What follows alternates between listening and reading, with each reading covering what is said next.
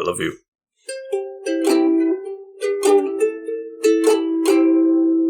Welcome back, couch potatoes, to another lovely... What is this, a genre Smackdown? I think it's a genre Smackdown. Yeah, right? Yeah, we're doing a genre Smackdown. Yep, that's what we decided upon. TV animation venturing out into movie genre. Yeah. I am the Green Traveler from Gorge. I am the Faceless Leon. And yeah, we're talking about some, I'll call them adult animated series, which made their way to the theaters. And that being The Simpsons and Bob's Burgers. I would say, people are probably pretty familiar with maybe the general lineup of these two, but maybe not less so Bob's Burgers. But if you don't know, like, at least something from The Simpsons and you have been living in the States for the last 20 years, I don't know. You really haven't been living in the States. You are blind to culture. Yeah, The Simpsons has been on for like close to 30 years now, if even longer than that. I think it had its first initial run on like local television in the 80s. Here, we're going to pull it up. We're going to pull up just how old The Simpsons is.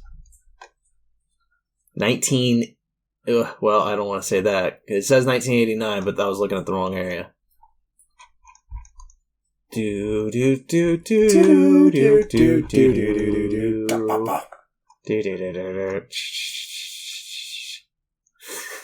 33 seasons though. 33 Holy seasons. Shit. Yeah, I think it was 1989. That's just crazy, man. They've been on forever. The exciting thing that I was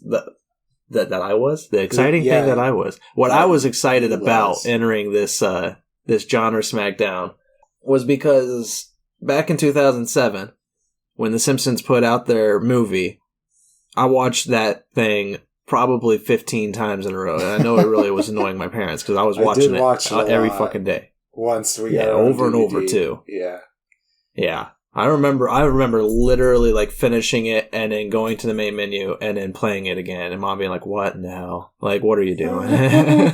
And why I was excited though was because I hadn't actually watched any of The Simpsons before the movie. Oh, really?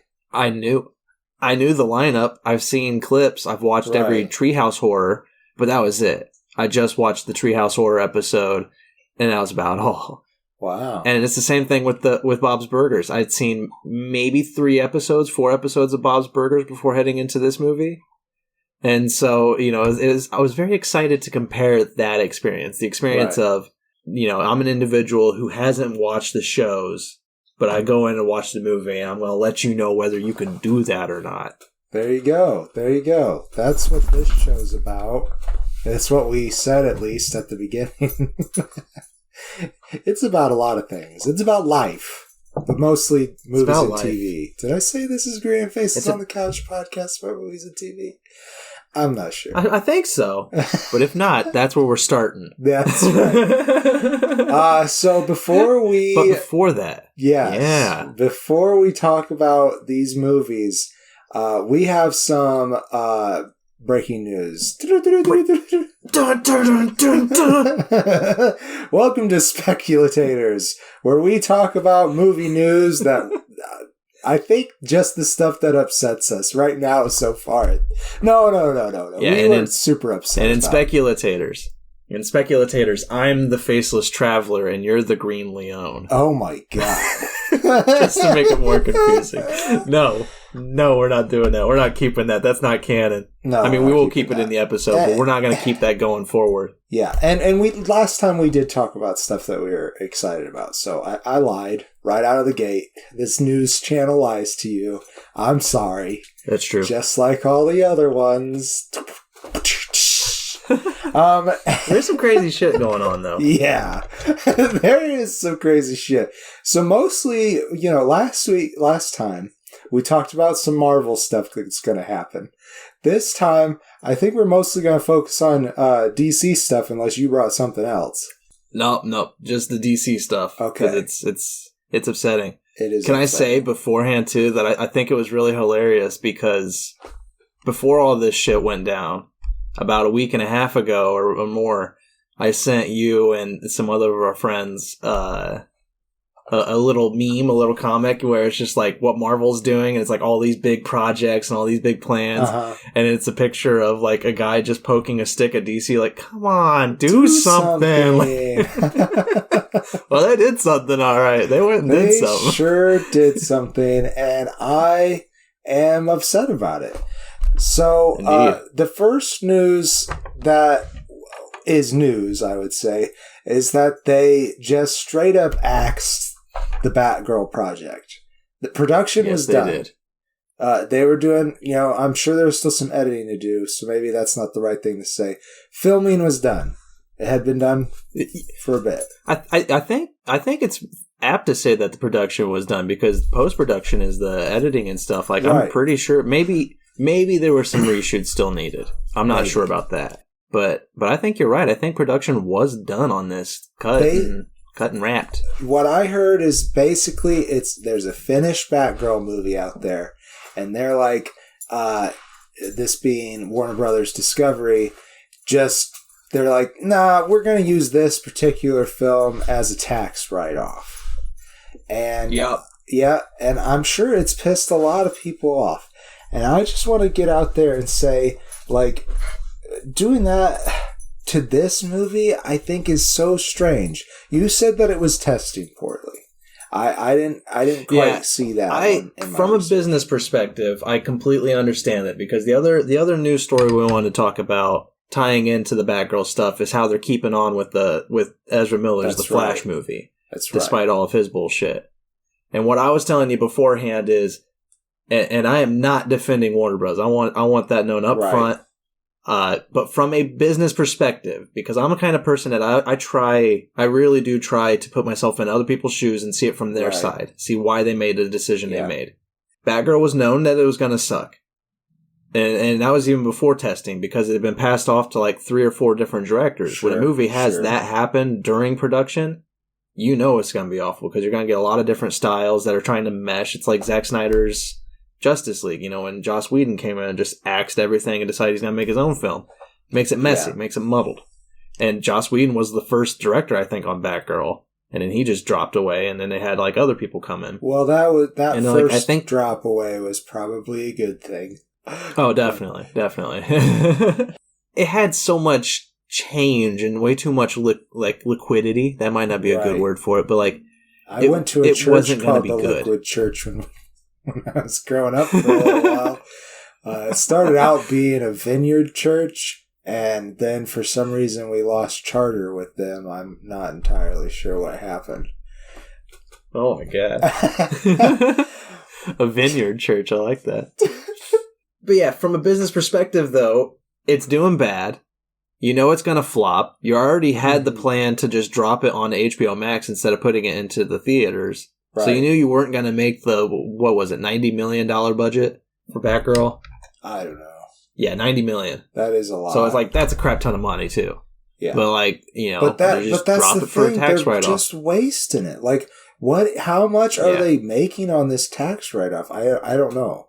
It can't be the full amount. It had to be more than what they thought their procession or whatever you want to call it, their earnings would be. Many fucking nerds have bought HBO Max just so they can watch all the DC stuff on there. Right. Our hands are up. I mean, mine wasn't, but I would definitely have watched it when they dropped it on HBO Max, even though I knew it was going to be a shit show. Yeah, we would have talked about Harley Quinn and the Birds of Prey. I watched Suicide Squad. Damn it! Like, I'll stick through anything. That's right. We did watch that. But that's because we are suckers for the mask and cape. Not to say that I've seen every single, off-brand superhero movie, because Lord knows I have not. That's fair. I mean, there's some I've seen. I wanted to say that I have seen them all, but I'm like, nope, that's too bold of a statement. I can't make that statement. That's too big of a statement. But this was Batgirl, too. Like, Batgirl is, my second favorite female superhero in the DC, right? I guess Catwoman's an anti-hero, so that would make Batgirl the first. My first favorite. Well, there you go. So, yeah. I love Catwoman, though. Well, Yeah, and I really wanted to see Leslie Grace's interpretation.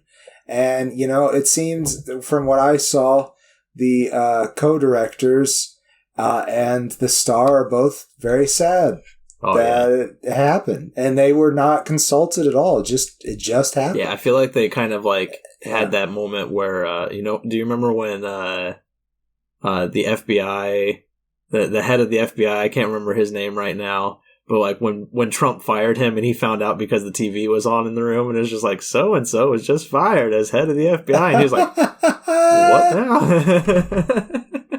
Was I then? Oh, shit, really? Yeah, it's kind of like, that was pretty much what happened to Adil El Arbi and Bilal Fallah. Sorry for butchering your names there. But they were the co-directors, and also, of course, Leslie Grace and all the cast. I don't think anybody had a heads up that this was being axed. And it's just sad. No, I couldn't imagine. Yeah. And it was... Yeah, it had to be sad. It was very anticipated film, at least on my account, because we're superhero nerds, like you all know. Yeah, I can't... But we don't have that many movies that are the female lead. Right.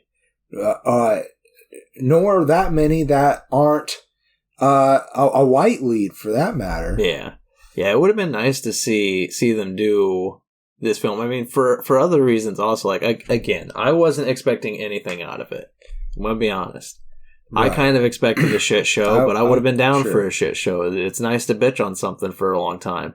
But I want the opportunity to do that. And the creators deserve the opportunity to have that happen to them. It just seems like that there could have been another shit movie that they could have shelved for this tax write-off. And nobody would have cared, but they picked a fucking franchise movie that people have been talking about for quite some time. Yeah. There was big things about it too, because you had, again, J.K. Simmons as Commissioner Gordon. We've only got him in bit roles so far. We haven't gotten to see him be James Gordon. The big one, Michael Keaton was going to be in it. Why? I don't know why he was, but I was happy to hear it, and I wanted it. I wanted it too. That would have been super freaking cool. It wasn't that long that I had learned that was the case before this got canceled. Right. And that is one of the reasons why I'm very sad. Yeah. Is I just got pumped about that, and then they ripped it away from me. Another thing they ripped away from and I'm sure Michael Keaton's pretty upset about it too. He's hey. Definitely has to be upset. Even if it was a bad movie, you don't want to see that happen. Right. Man, this is another sad thing. Ivory Aquino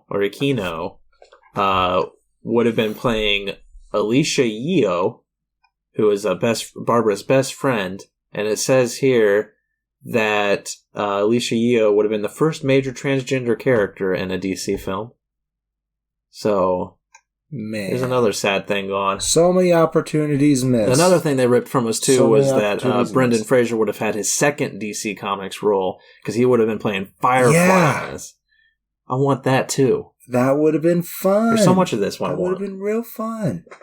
I have been watching Doom Patrol, so I'll talk about that in Bangers and Hash sometime, which is our patron only show. So if you're interested in that, please check out our Patreon at patreon.com/greenfaceless. I'll say it again because I stuttered. patreon.com/greenandfaceless. Thank you.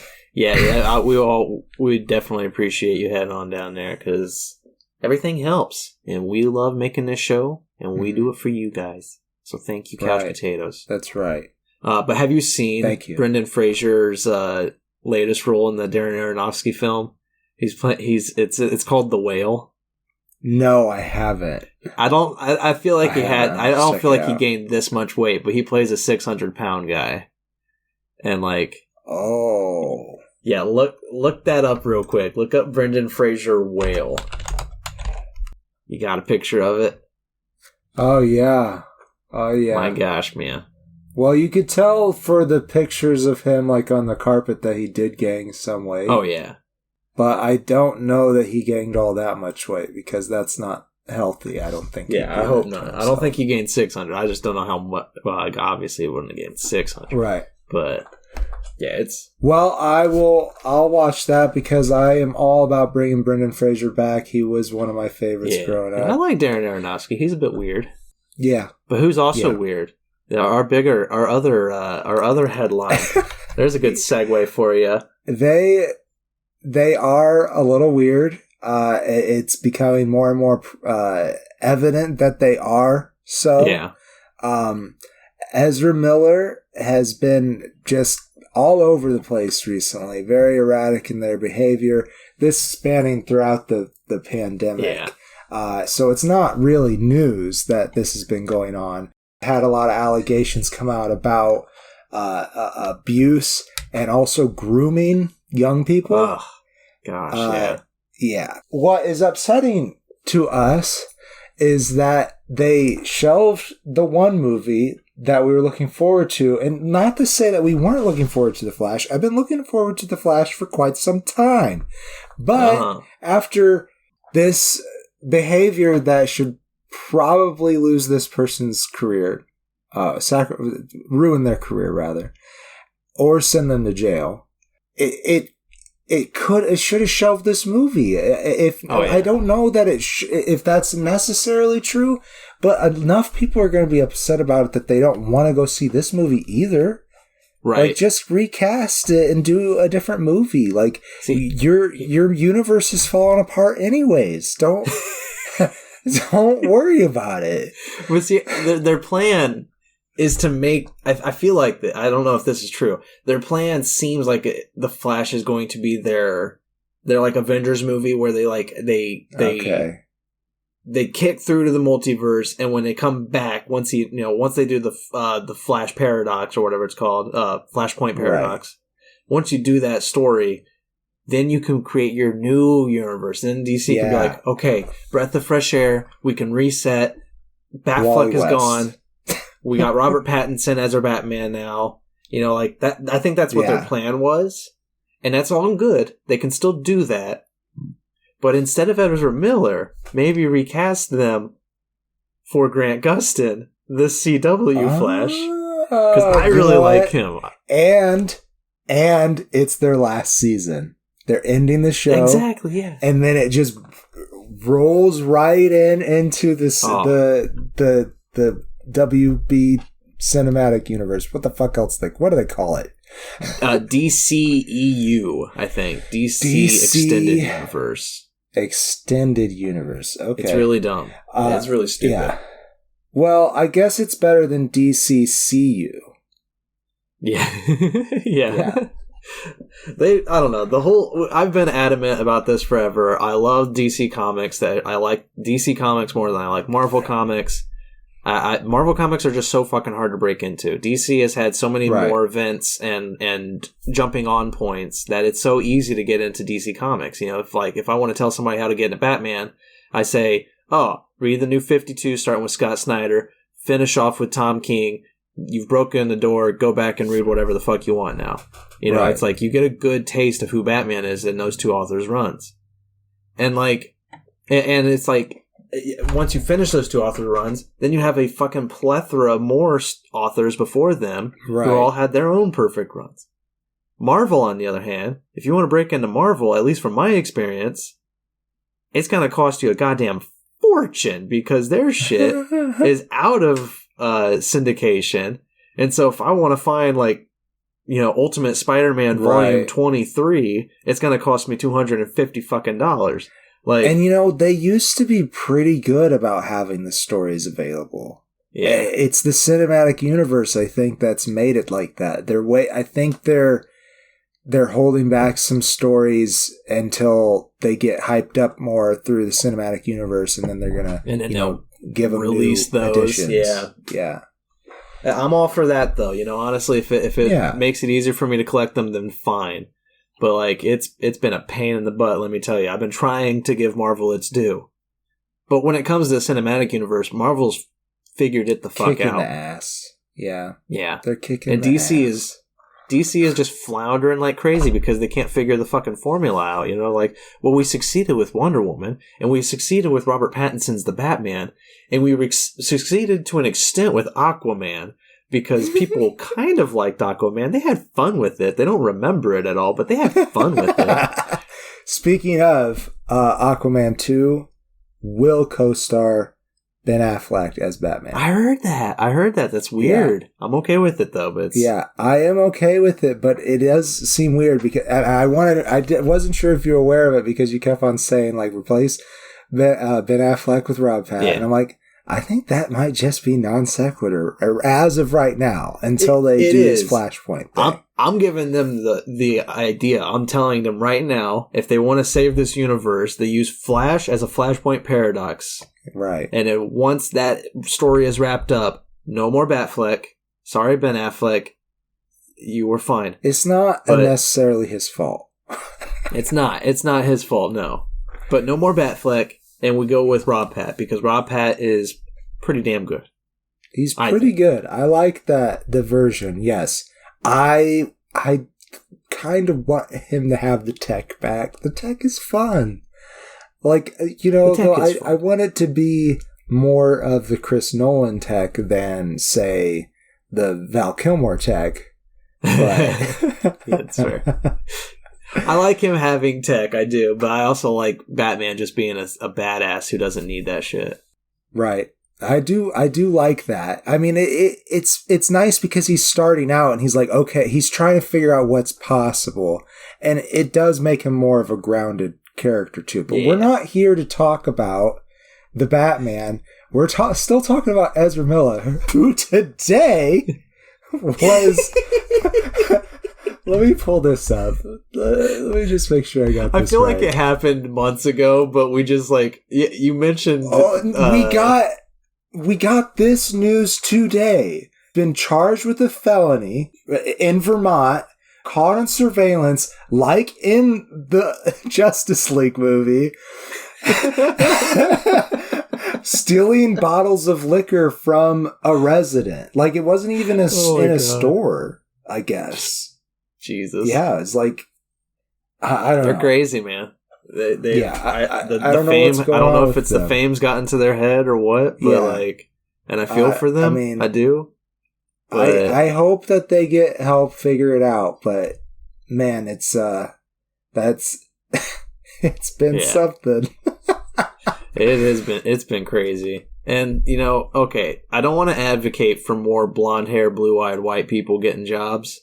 Yeah. But I don't know why no interpretation of the Flash, live action at least, has made him blonde hair, blue eyes, because that's the Flash. That's been Barry Allen since Flash. That is creation. True. But maybe they're just, afraid of the whole Nazi thing. I know, I get it. Like, and that's the thing is, like, I'm not at all advocating for it. It's just curious to me that every single time they've done it, they've ignored like his main traits. Like if they ever do Wally West and like actually do ginger hair Wally West, like live action, I want to see ginger hair Wally West.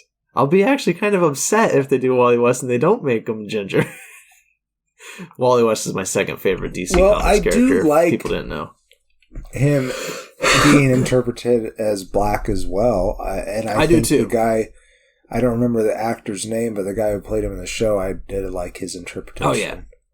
Yeah, I mean, that's the thing is, there is black Wally West in the comics at the same time that there's ginger-haired Wally West. Right. They're from different universes.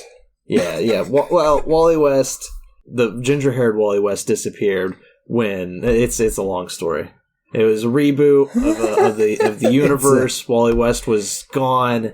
And then when Wally West came back was the Rebirth era.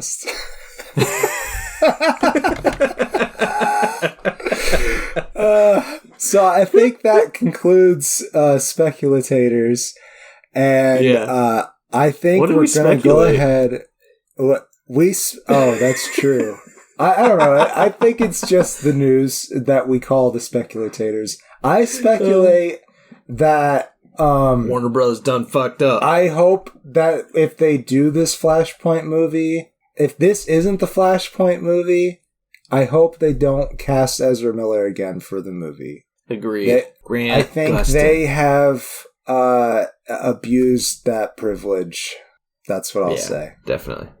And that was, I don't even know if we mentioned it. That was another, people have been talking about it already, but that was like the big thing is you're going to keep this, this individual film, we're going to keep The Flash with the main actor just going berserk in the media with all these like crazy stories and outrageous, like, if you did groom that person, it's just disgusting, right?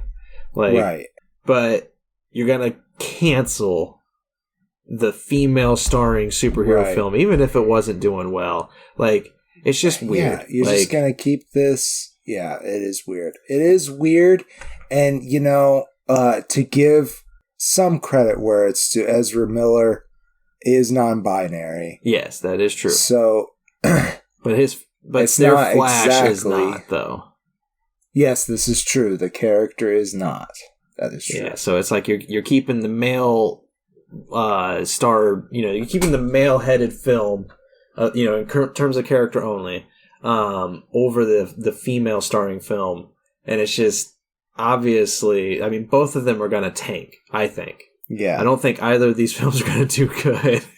I don't have hope for the Flash movie. I think it's going to be just another crazy gray Zack Snyder like thing. Yeah. And so DC just needs to just cut all their losses. If they're cutting Batgirl, they need to just cut them all. Just be like, all right, we're keeping the Matt Reeves story. We'll give Patty Jenkins another chance on Wonder Woman. We'll see how Aquaman 2 does. But everything else, we need to start fresh. We're just gonna do individual stories. Obviously, people are hungry to see these characters. We're just gonna do individual stories and then maybe do some crossover stories later. And that will work! Indeed. And there are characters you can keep. You can keep Jason Momoa as Aquaman. He's pretty badass. You can keep Gal Gadot as Wonder Woman. She's fucking great. Great, yes. Rob I would love to see some other people get the opportunity to play these characters, though, as well. Especially since we have seen that you can have two different Batman franchises going on at the same time. I think there's a third Batman, too. I mean, technically, Keanu Reeves played him in DC League of Super Pets. And Kevin Conroy, I think, played him this year in an animated movie too. Okay, that's fair. But people, I am kind of thinking more specifically people's faces behind. I know. I'm just wigged out of my mind that there's 4 or 5 different Batman right now. I'm just like, man, we can't just decide at all. Yeah, that is weird. But I would especially, I love Gal Gadot as the character, as you said. Yeah. But I would love to see other women get the chance to play her. 100%. Or they do that Brazilian Wonder Woman, Yara Flor. Yes! I wasn't thinking her specifically, but I was thinking that we need to get an actual Amazon woman in there. Yeah, that'd be awesome. Just do it. Also they can keep Margot Robbie's Harley Quinn. I do enjoy her. That said, I don't know if you saw, but they're doing Joker 2. I believe it's called Joker Folie à Deux. I don't know the language it's in, so I could completely destroy that French. Language. It's in French, but I don't know if you said it right either. I don't think I did at all. But if you didn't see, Lady Gaga is going to play Harley Quinn in that. Yeah, that's a good choice. If it is musical, I'm interested. I'm down for it. I mean, there were those weird stance scenes with the Joker with Phoenix, and I think that if she does sing, that would be cool. I would be down for a Joker musical. What if it goes on Broadway? That's what I'm speculating. There we go. We brought it back around. That's Speculatators. You heard it here. Let's close it out. It's got 4 different theme songs. All right. I think it's time for a soda pop break, and then we'll come back to talk about movies. I agree. I love you. Did I seduce you? Did you seduce me? Were you playing with your ding dong while I was gone? No. Could you not hear me singing? I did hear you singing. I did. I did hear you singing, but I didn't know you were trying to seduce me. What else would I be doing with that song? Well, I don't know, man. You know, I've always been kind of oblivious to that stuff. Unless I'm the one being flirty, then I'm obvious. Yeah, I'm actually the exact same way. You could be flirting to me, and it'll go all over my fucking head. Yeah. I'd just be like, damn, she's getting too close. Why are you getting so close to me? Because I think you're cute. Oh, well, yeah, you're real cute. I'd like to take you to dinner. Why are you pursing your lips like that? Are you okay? Are you getting enough air? Do you need CPR? I can go find somebody to give you CPR. Because I don't know how to do it. I'm a fucking Gorshin. I don't get your goddamn lung systems. Which hole is it? So, welcome back. I gotta say that I feel really good after with the speculating. Yeah. I feel like we vented a lot. We got the energy up and running. We're ready to dive right on in. I think Simpsons is the most obvious choice. It's older, you know. Yeah, of course. It's got 15 years on it. It's honestly a lot older than I thought it was.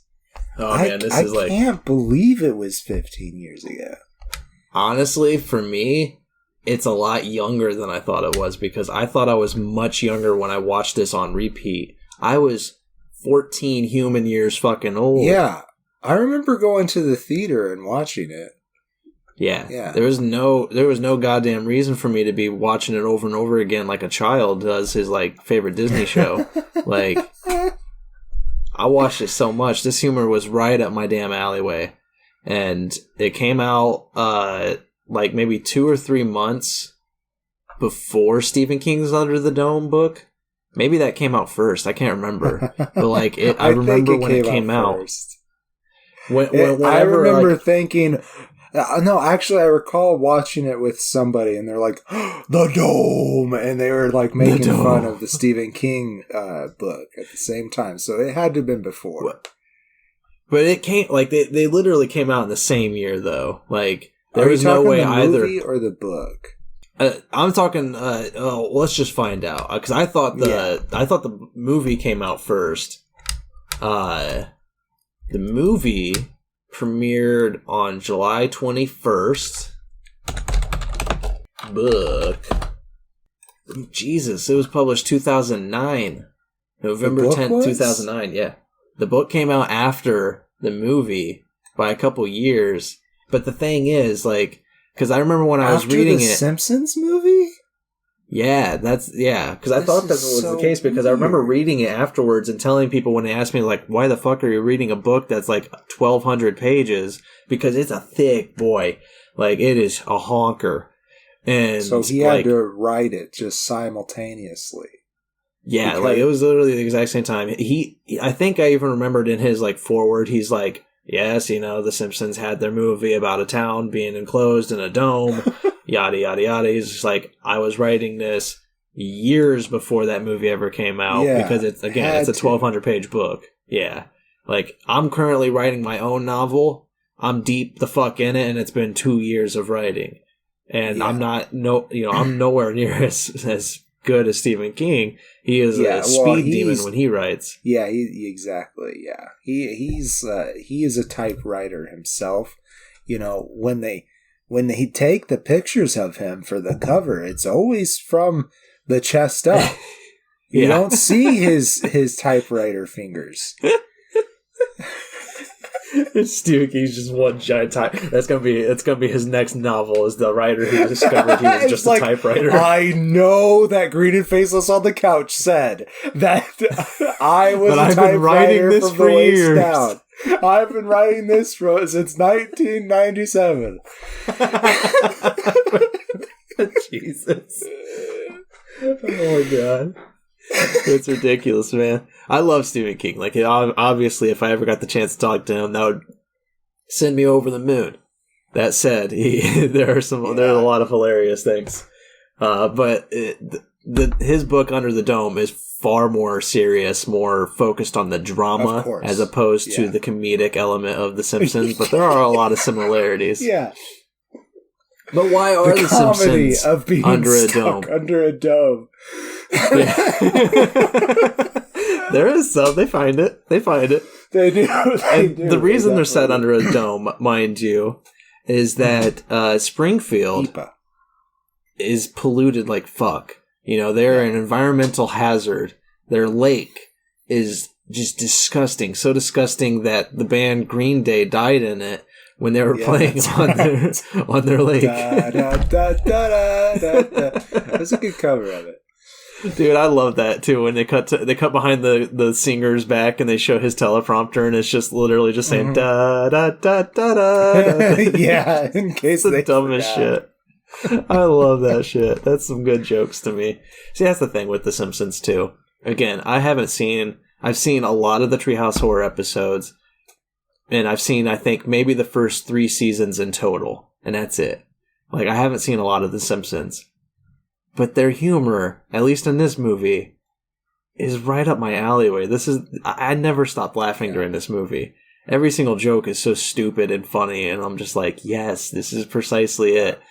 But mainly it's because of Homer.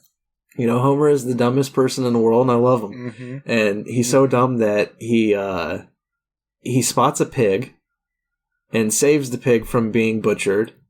I guess he saves it, technically. I mean, it kind of just ran away, and they're just like, fuck it, we don't want to run after it. He loves this pig so much, you know, he carries it around with him. He puts all of its poop into a pig silo, or poop silo. Yeah. And when he's forced to throw the poop silo away because Marge is like, I don't want this in my house or around my house in any way, you have to take it down to the waste treatment center. You have to take it and properly dispose of it. And he gets in line and he's waiting to dump it off when he finds out that there's free donuts. So he does the one thing that would absolutely piss off his daughter. He dumps the poop silo into the lake, causing environmental chaos, such a toxic area, such a toxic atmosphere coming from the lake that the government has only one option out of their 5 options, and that's to encase it into a dome.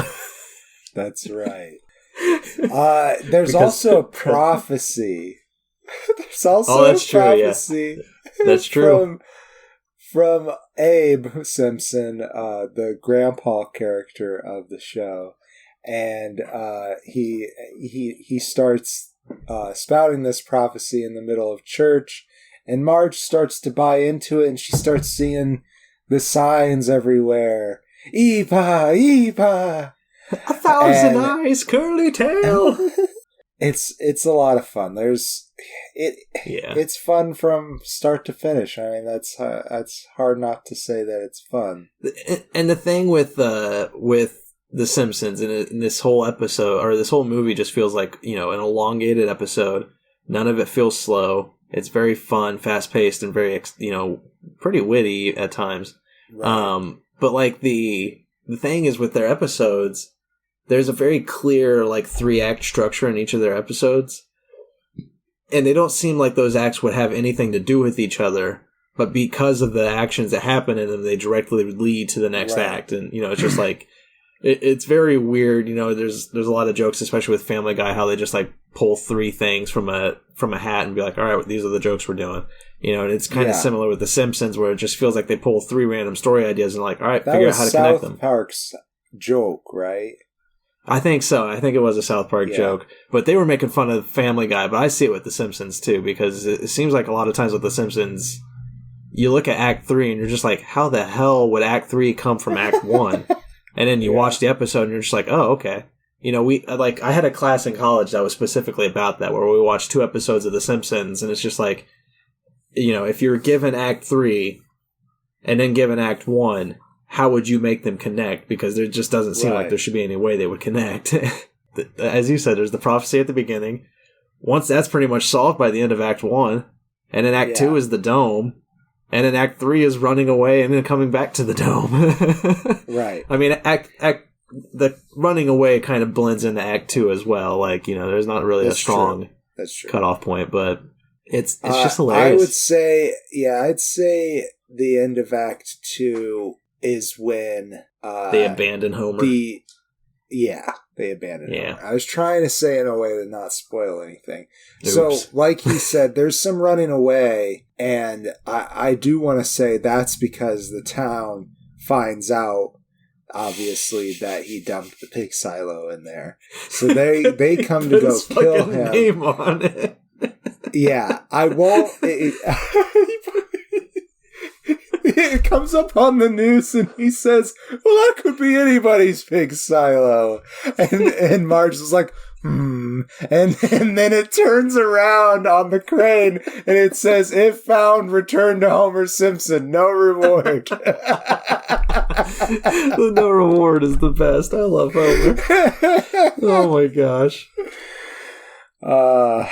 Anyhow, one of my favorite jokes of like all time is a Homer Simpson joke, and it's when he's like driving down the road, and I think he's like eating a hamburger or something, but he sees a sign up ahead. It's a billboard sign, and it says "die," and he's like, "Oh!" And then the wind blows the tree away, and it says "diet," and then he's like, "Ah!" Just terrifying. Yep. Yeah, the man is solely motivated by beer and food. Indeed. Duff beer. But he does learn a valuable lesson in this movie. As in most Simpsons episodes, there's a lesson to learn. Right.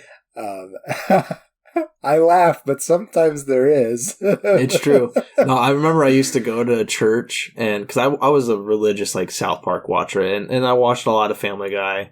You know, I watched both of those. That's your church, huh? You went. Yeah, religion is no, sorry. South Park starting in Sunday school. I forgot to link the stories, which was when I would go to Sunday school, we would talk about, the lesson that we learned. And like, I wasn't really buying into it. No offense to everybody out there, worship what you want to worship. For me, it wasn't what I was buying into. I was more in it for the friends that I was there with. Every single lesson, I would try to bring it back to, I learned in South Park this lesson about... Every single time, I would always try to do that, and like I remember all of my Sunday school teachers going, "Oh my god, thank you, good share." Yeah, just like a South Park character would. Just like a South Park character, and I also like. There's another beeline story here. There's a lot of small sub stories in the Simpsons movie. Like Bart and his dad. Bart and Homer have a very abusive relationship. It works out perfectly for them, though. They love each other in their own weird fucking way. And, like, but Bart starts learning throughout the course of this movie. He starts seeing how Ned Flanders raises his kids, how he treats his kids. Yeah. How loved they feel. And he kind of starts to, like, yearn for that. He kind of starts to yearn for this, like, paternal relationship that he just doesn't have.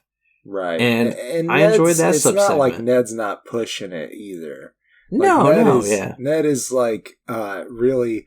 it almost seems like he's vindictively doing it against Homer. It's like, you don't want to live with that kid. You don't want to live with that guy, kid. Come on over. I got cocoa, specially made. I got cocoa.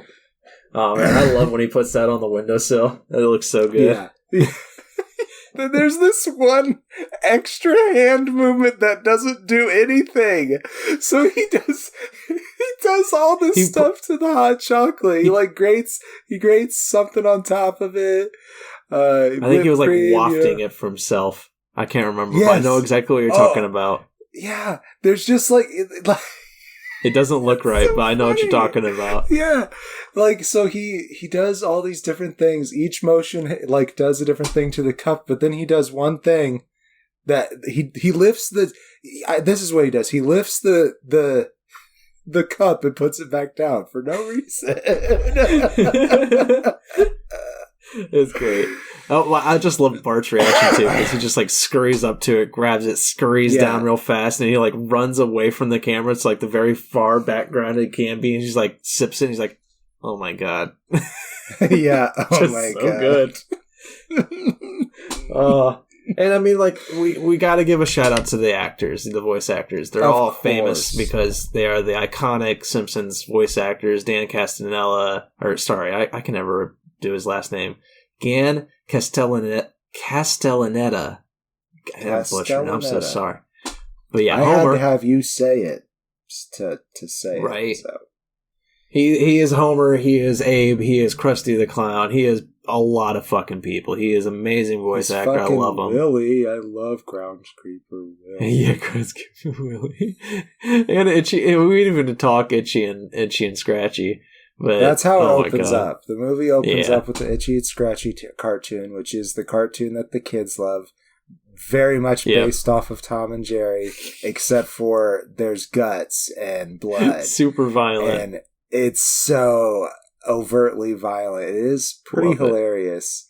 And we open up with the Itchy Scratch cartoon. I'll let you see the cartoon for yourself. It's a lot of fun. If you like that sort of thing, I guess. Maybe you have to be demented. And but it's a valuable lesson for what's going to come for the movie. That's right.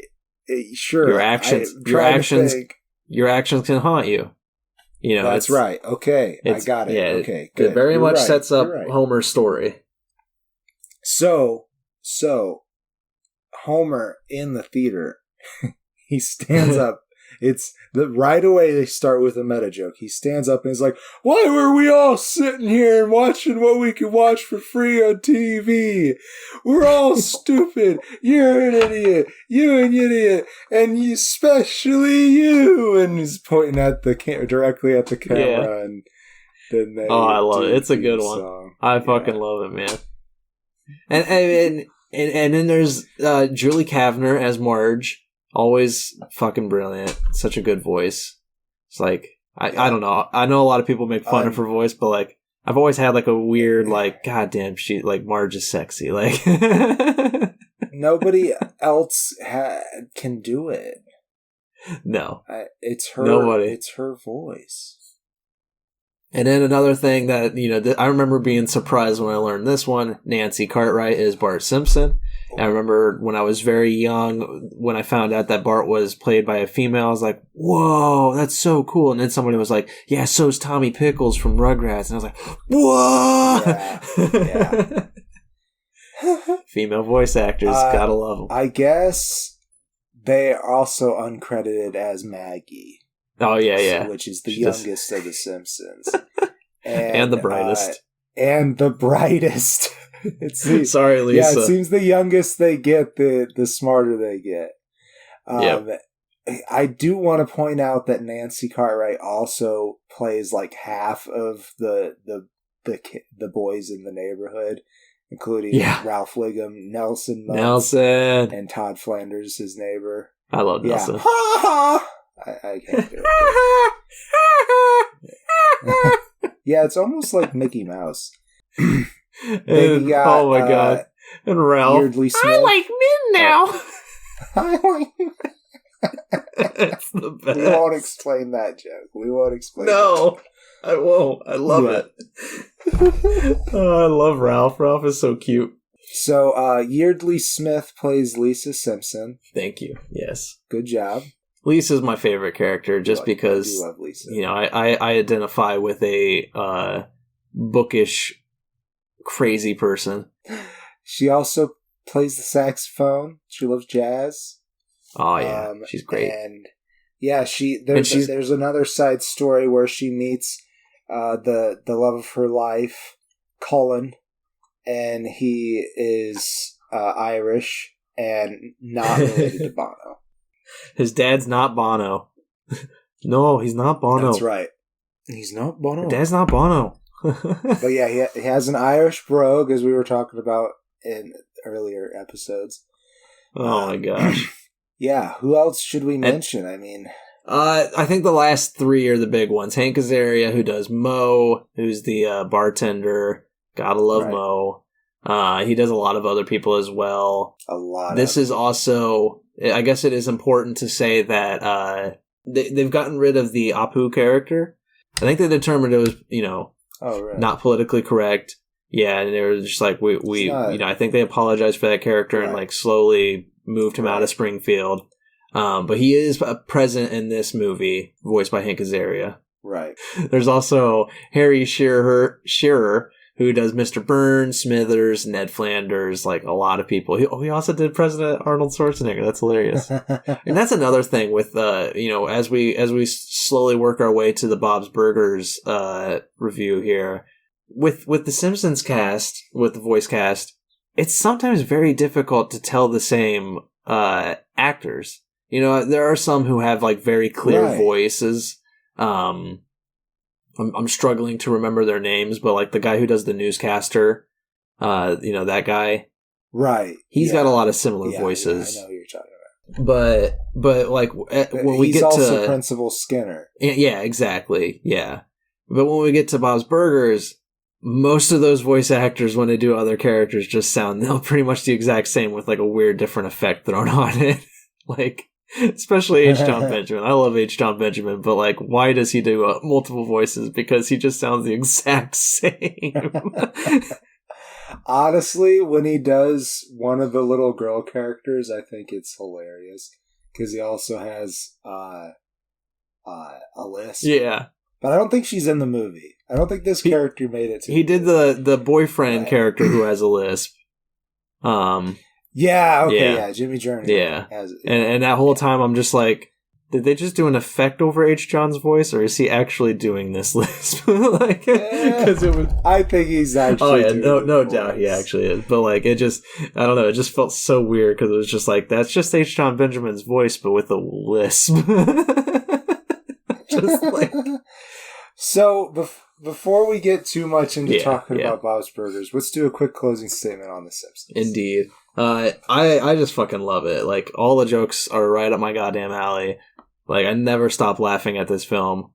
Obviously, I watched it, as I said, on frickin' repeat for days on end.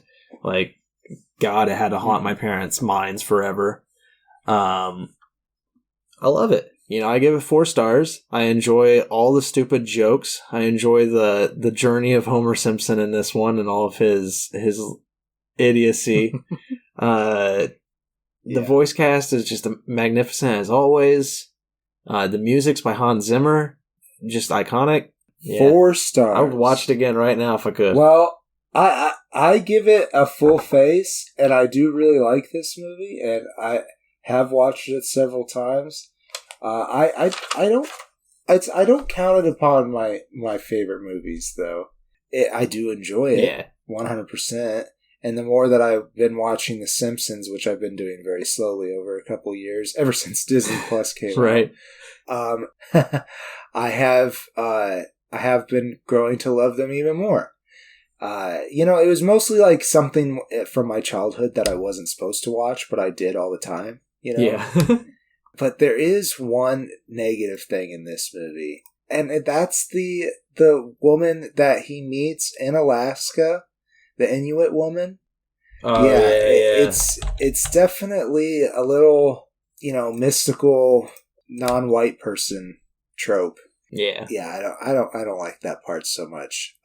There's some funny stuff that happens with it. And the boobs joke. But the Vision Quest and stuff like that, like I don't know. Yeah, if it's somebody that's legitimately from that culture, like offering and bringing somebody in, I think that's cool and awesome that other people get to have that experience.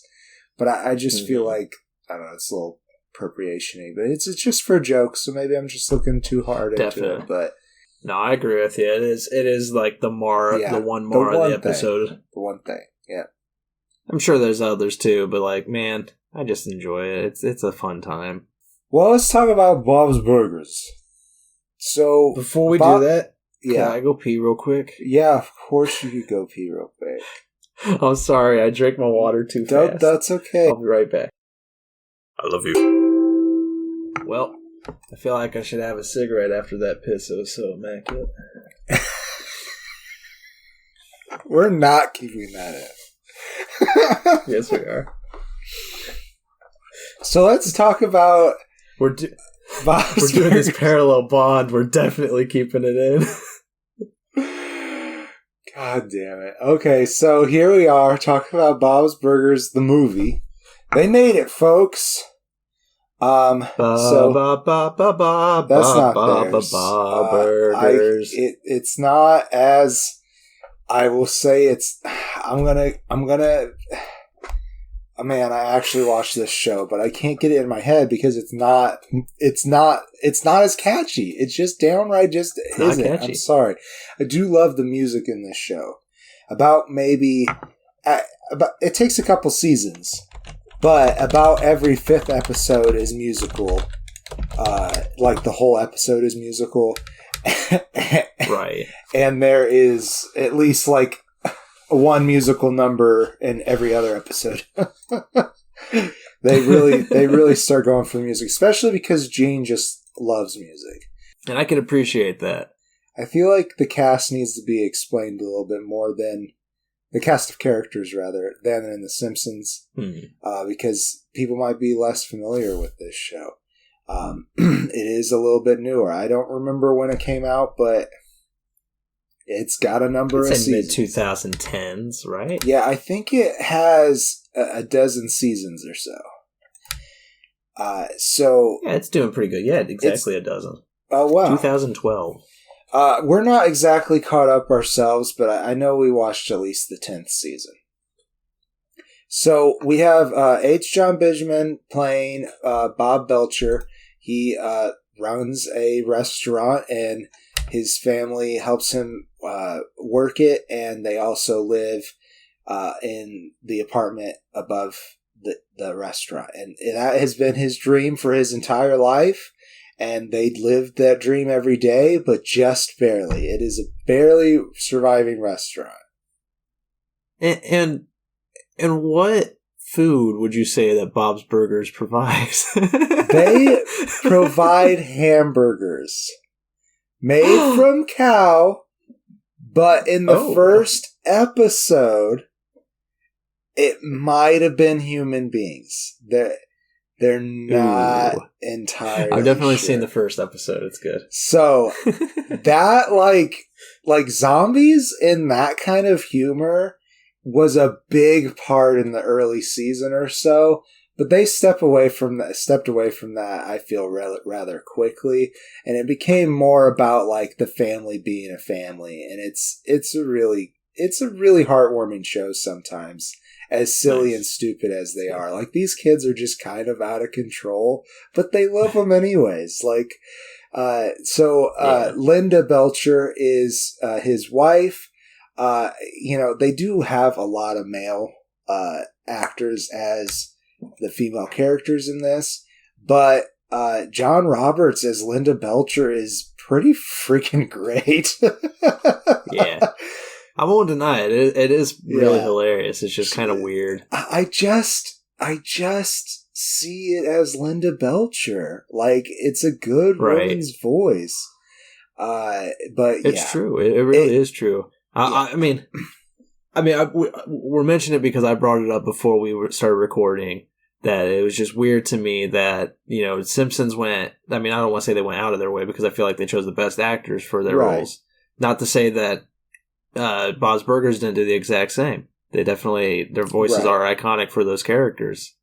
But it's just, Simpsons chose like 2 or 3 female voice actors to do many male characters. Right. Whereas Bob's Burgers chose 1 female. Like I told the Faceless I counted the first 20 people on the Wikipedia voice cast list here, and of the first 20 people, 3 are female. This is true. And I'm just like, that blows me away that like most of their female voices are done by male actors, and it's just like, I don't know, it's a little hypocritical to applaud one and not the other, but I don't know though. Like, it does seem weird. I mean, we have to recognize as white men that we had a couple centuries of privilege. Oh yeah. Whereas, women, even having women's roles, that's only a couple hundred years old at the present. Yeah. So I don't know. It does seem a little weird. But as you said, their voices are pretty iconic for the characters. Yeah. So they do a great job. They do. So we have Dan Mintz as the eldest, Tina Belcher. Obviously another cross cast, but Tina Belcher's voice, it's another thing. It's just, I can't imagine it without that voice. It's very, very low for a young woman, but it's very much on a vocal fry too. Just it worked really well. Yeah, it's really good. It's very awkward teen. And they pull a lot of humor out of the voice work too, which is that's kind of their, I think, intent. Yes, and of course. It definitely makes me laugh. I won't deny that. And so you have Eugene Meerman playing himself. He plays Gene Belcher. I don't know, if they just decided to let him be called Gene, in the pilot after he tested so well or whatever. It's just impeccable that it's just, he basically does get to play himself, it seems like. I knew of Eugene Merman before this show. Yeah. Not very well. I've just seen him in a couple things. And I feel the same way about H. John Benjamin. I feel like he gets to play himself. Yeah. And, I knew him because of Archer, because it's the exact same voice, but, completely different character. Completely. And, in Archer, it's hilarious. It's sexy. It's suave. And then in Bob Belcher, I'm just this is a real human that I could be attracted to. And also his and Linda's relationship is very sweet.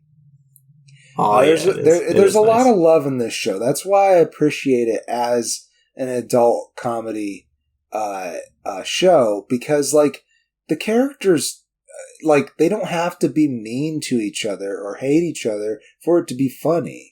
All the goofs are not about them being mad at each other. They put their feet in their mouths a lot, and definitely in this movie they do. With one more person, the first leading female is Kristen Shaw playing Louise Belcher, a brilliant star. Favorite voice actor on the list. Yeah, one of the best. She's definitely one of the best.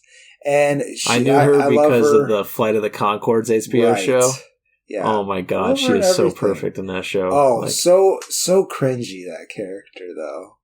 Sometimes I'm oh, when she's really getting up on Brett. Oh man. Oh my god, and they're just so fucking clueless about everything. Yeah. The fucking the painting that she does of them. I love it. Oh my god. So, secret review of Flight of the Conchords, also of What We Do in the Shadows, the TV show, which didn't actually say anything about it, but it's running. It's currently running. It's 4th season right now. So, that's our main cast. That's what we'll go with right now. They have to pay rent. It's really behind, and they ask for an extension from the bank on a loan as well.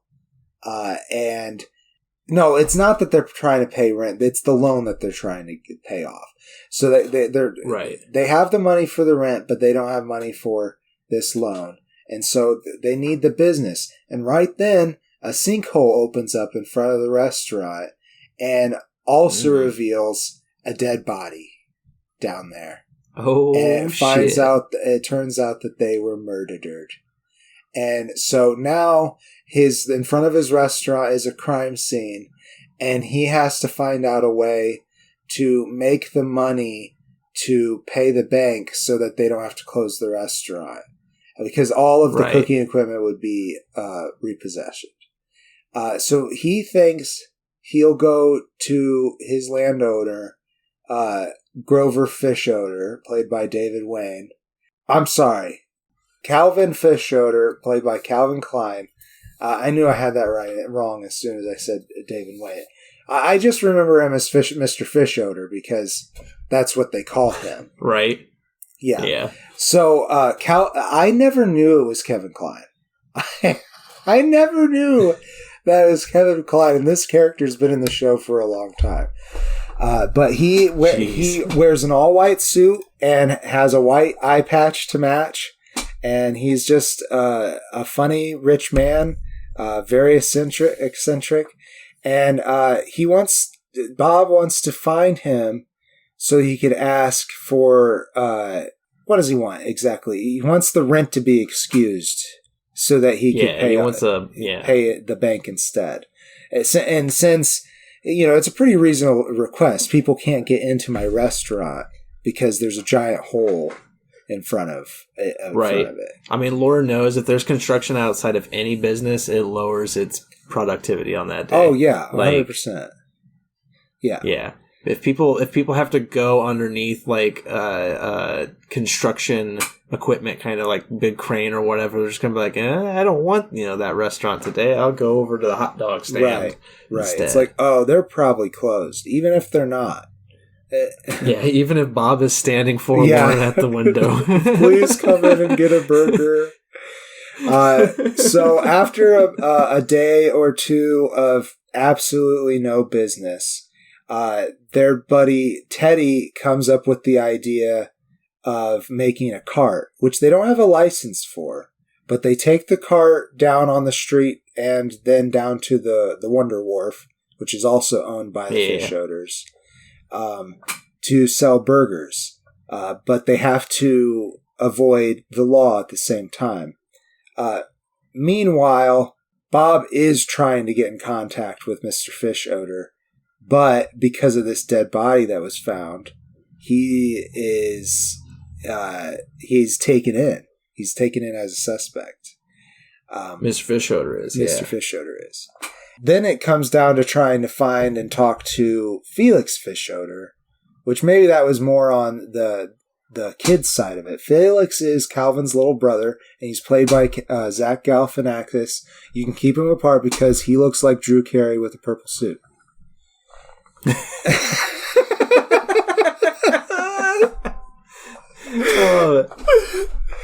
So, what am I missing here? So, Louise is the one who discovers the body in the hole because she falls in because I don't know why. I don't remember. Excuses.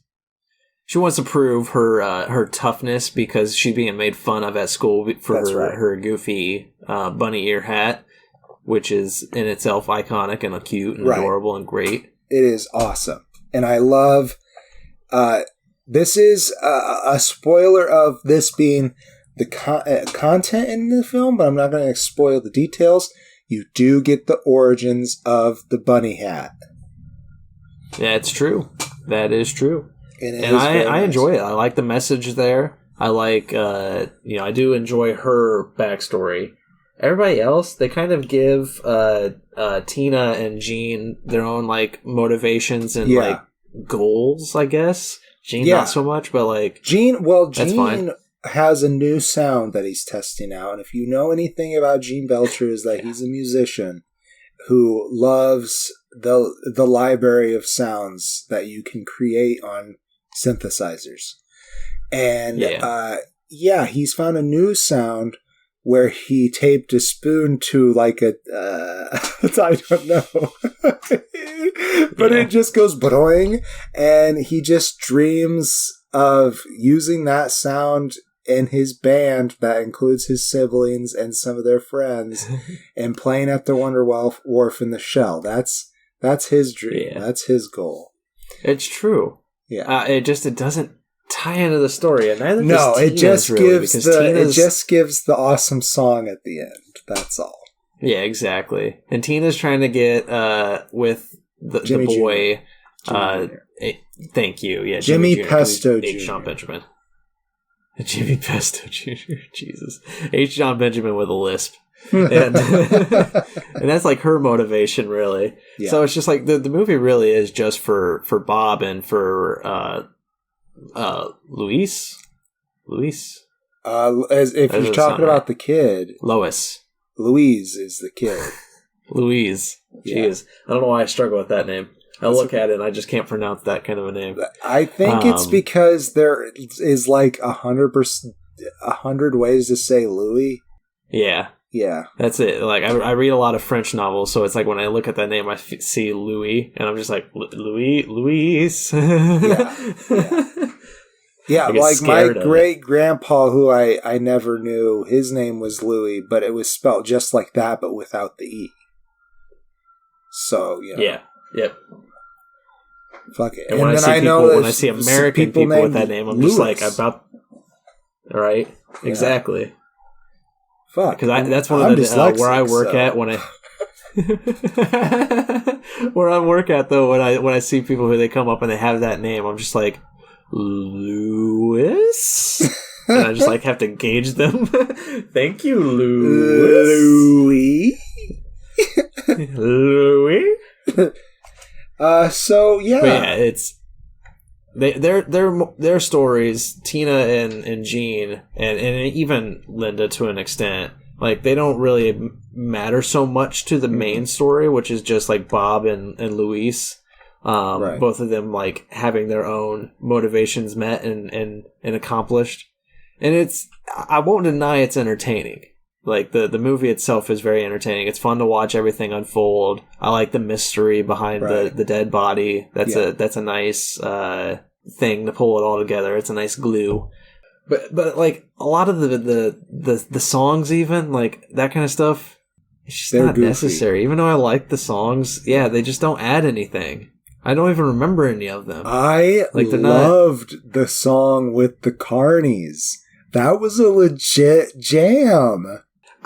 It was good, but I don't remember it. I have to watch it like 3 times because they're, it's a comedy song and. It wasn't. I wouldn't say that the lyrics were necessarily catchy, but that tune was pretty good with that particular song. I gotta say, I listen to a lot of comedy music, and I remember a lot of comedy lyrics because there is a way to write catchy comedy, but a lot of it was just kind of like a miss for me. A lot of the musical choices and the story elements, like things would happen, and I would just be like, that didn't seem like it's going to be important later, and it wasn't important later. It was, there's a lot of stuff that's like, a lot of just fill, a lot of fill to make it a big movie, right? And I don't know, like, I don't know, it didn't have me laughing as much either. That's the other sad thing. It's like, it took a little bit more, and so does the show in general. Takes a little bit more of a serious, they're both comedies, obviously, and they're both pretty goofy, but the storytelling is a little bit more grounded, I'll say, in Bob's Burgers than it is in The Simpsons. The Simpsons can do, Homer Simpson literally swings on a wrecking ball and wrecks into a rock in a hard place, okay? Yeah, swinging from nowhere. Like the rope just goes off into the sky. Yeah. So there's just a different level of how real the world feels, and I feel like the world is a little more real in Bob's Burgers, as ridiculous and punny as it is. And to give them some credit too, because I haven't watched the show for either of these really. I haven't been like a regular viewer for either of these, but I've seen much less Bob's Burgers than I've seen episodes of The Simpsons. But to give Bob's Burgers credit, somebody told me that the sinkhole has been forming for the past couple seasons. Apparently, if you watch the past couple seasons of Bob's Burgers, the sidewalk before the store has apparently been like weathering down, or like maybe like going a little concave kind of thing. I don't know. I can't back that up. That's just what I've been told. But I haven't watched the last couple seasons, so I can't say. But now you get to look forward to looking for that. I do. I'm just behind enough. But I think that's a really cool fact if it's true. Like, you know, that's some really good thinking. Like, clearly they were having this plan. They're like, that can make a good movie. Right. You know, let's roll with it. I wonder if what was the Carney's name? The guy who ended up in the hole. It was something Dan. Who was that? It was Dan. Carney Dan. Carney Dan. It might have just been Carney Dan. I don't know that he ever had any. The fucking lines, tooth. So I'm not going to find him. Yeah, the fucking tooth. Ew. Candy Dan. Cotton Candy Dan. Cotton Candy Dan. That's right. I wonder if there's any episodes with Cotton Candy Dan. That would be I will say I do love that the tooth being a very gross moment of that, of the discovering the body. I won't explain why the tooth is gross, but it was a very gross moment of discovering the body. I love how that came back into play at the end. Yeah. That's very good storytelling. It's just Chekhov's gun or whatever you want to call it. Like you brought it in, you got to pay it off. But that said, there is a lot that isn't, doesn't get payoff satisfactorily through the story. It's tacked on at the end, like Gene's musical performance. Like he doesn't get really a chance to like prove himself at the end there. I mean, they all kind of have some small moments, but he really just farts in the car and kind of fucks everybody over when they have limited oxygen. Like, poor Gene. Poor Gene. So, let's do closing statements. I'll go ahead and go first and say that I did enjoy this movie, and I felt that it was a good movie to represent what Bob Burgers is. I will say, though, I think you'll get more out of the movie if you're a Bob's Burgers fan, because you are already in love with these characters. And like you said that you have not watched very much of the show, and before we recorded, said that you weren't so sure that the family liked each other so much.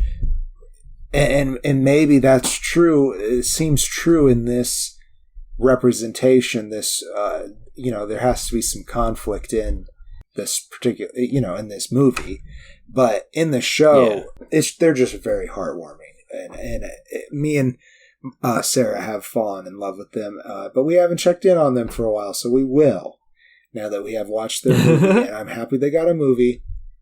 I give it a face. I'm not going to say it's something perfect, but I think it's good for the show. And I'm running out of battery power, so I'm going to try to be quick here. Oh, me too. I enjoyed the movie. I thought the show was fine. I give it 2.5 stars. It was funny. I enjoyed it enough to go back on the, not having seen the shows again. When I watched Simpsons, I hadn't seen more than like maybe 3 episodes before watching the Simpsons movie. And I fell in love with that movie. I watched it over and over, at least 3 times in one day. I can remember that. Yeah. And with Bob's Burgers, it's probably the same thing. I've only seen 3 episodes, maybe 4. I didn't feel a need to rewatch it. I don't think I'll go back to it. I might go back to the show and give the show another chance. Right. Yeah. But I encourage you to. I don't have much interest. Like, I agree with you. The movie works better if you're a fan of the show, whereas you can just hop into the Simpsons movie and have a good time there. I think so. I think I agree. Yeah. So this genre Smackdown, I'll give it to the Simpsons. And I will have to agree with you. It is very obvious that Bob's Burgers takes inspiration from The Simpsons. I mean, obviously every show with this formula does. So we thank you for your years of service. Oh dear show. You can stop if you want. It's allowed. I don't know. I feel like if all television just boils down to The Simpsons and Doctor Who, that just makes sense to me. That just makes sense to me. Oh, shit. Well, I think that's been our show. Yes, it has. Thank you guys so much for listening. We always love you. And we'll be here again next Monday. And then next Thursday. And then again. And then next Monday. And then next Thursday. As much as you want us, we'll be there. And as much as you don't, we will be there. And on all of those days, I will be who I am today, which is the Green Traveler from Gorsh. And I will be who I am tomorrow. The Faceless Leone. Safe travels and good night. Green and Faceless on the Couch is a proud production of FictionWorks 19. Are you a fan of the show? Feel free to contact us at greenandfacelessfans@gmail.com or visit our Patreon page at patreon.com/greenandfaceless. Don't forget to comment, like, and subscribe, or rate us on Apple Podcasts. Thank you so much for listening.